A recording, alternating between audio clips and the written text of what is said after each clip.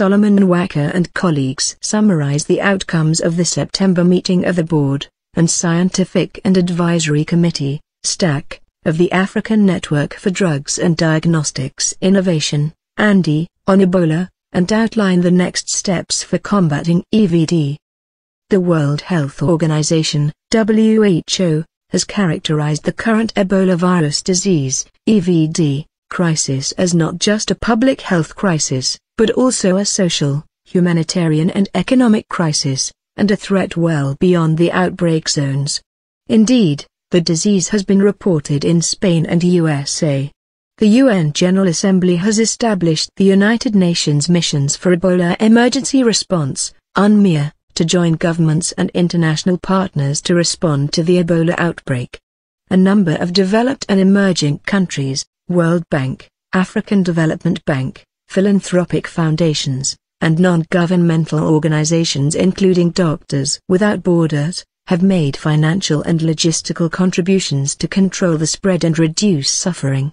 These resources have been deployed to provide surveillance and contact tracing, mobile testing facilities, isolation and treatment facilities, medical staff, as well as to help the expedited development of potential therapeutic agents. Despite these efforts, the EVD outbreak in West Africa continues, with over 17,256 cases and 6,113 deaths as of December 4, 2014, and estimates of up to 1.4 million cases of Ebola infection by January 2015. Within Africa, countries such as Nigeria, the Gambia, and Botswana have made monetary contributions in support of the crisis, while others like Malawi, South Africa and Democratic Republic of Congo have provided medical supplies.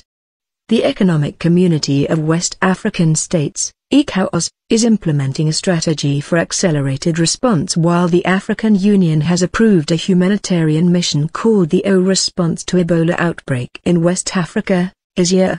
The long-awaited establishment of an African Center for Disease Control and Prevention, ACTCP, now appears to have been fast-tracked by the O, to help in addressing emergencies in a timely and effective manner.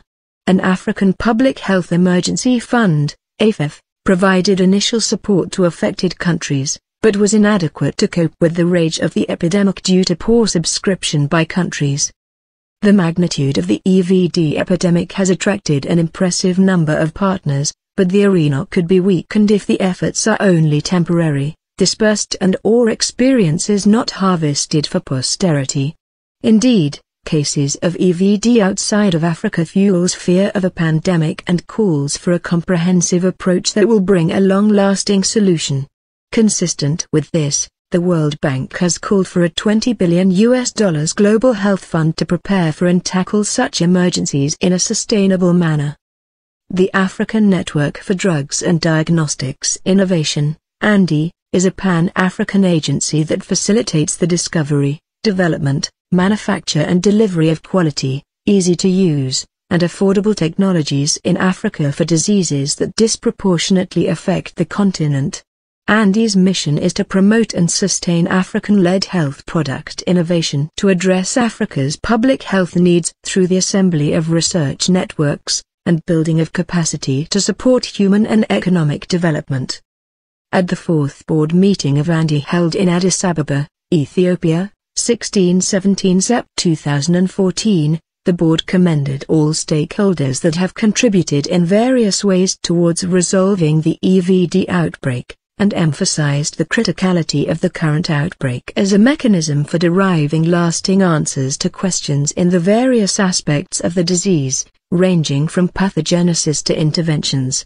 ANDI's vision is to help create a sustainable platform for health innovation in Africa to address the continent's health needs. The board therefore requested the ANDI Secretariat to convene a technical working group meeting on EVD of relevant ANDI centers of excellence as well as African and international experts. The meeting would aim to develop a strategy to better leverage existing expertise and capacity in Africa to support partnerships for research and development of technologies required for enhanced surveillance, diagnosis, and management of EVD and future emergent infections.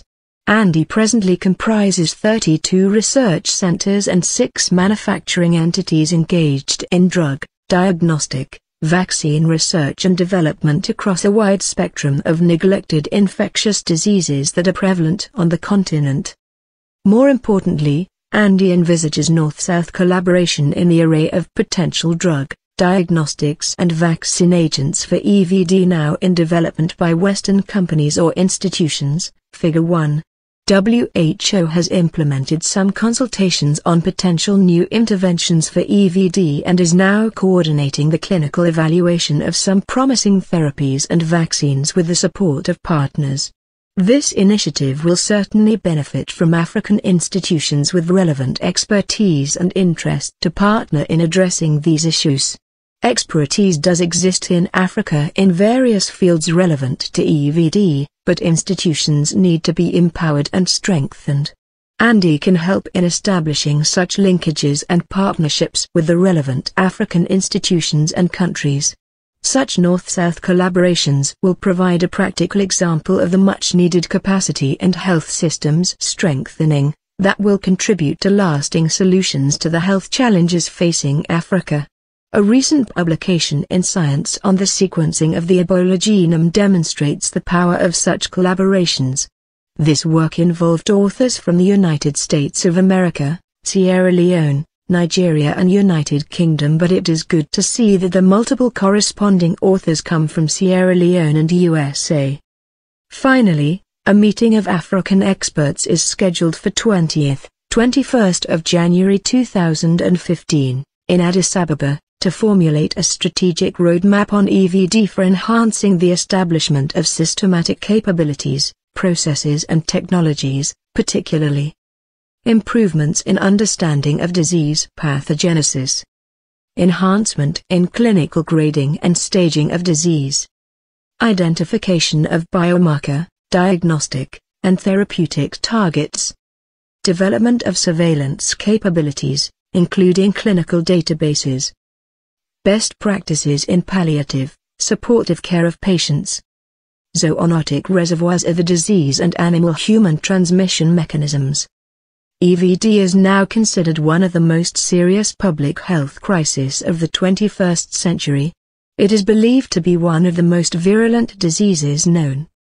The increasing calls for implementation of the most forceful control measures demand, therefore, coordination with African experts to assuage concerns about management of the epidemic that have been at the root of resistance by affected populations against healthcare case detection teams.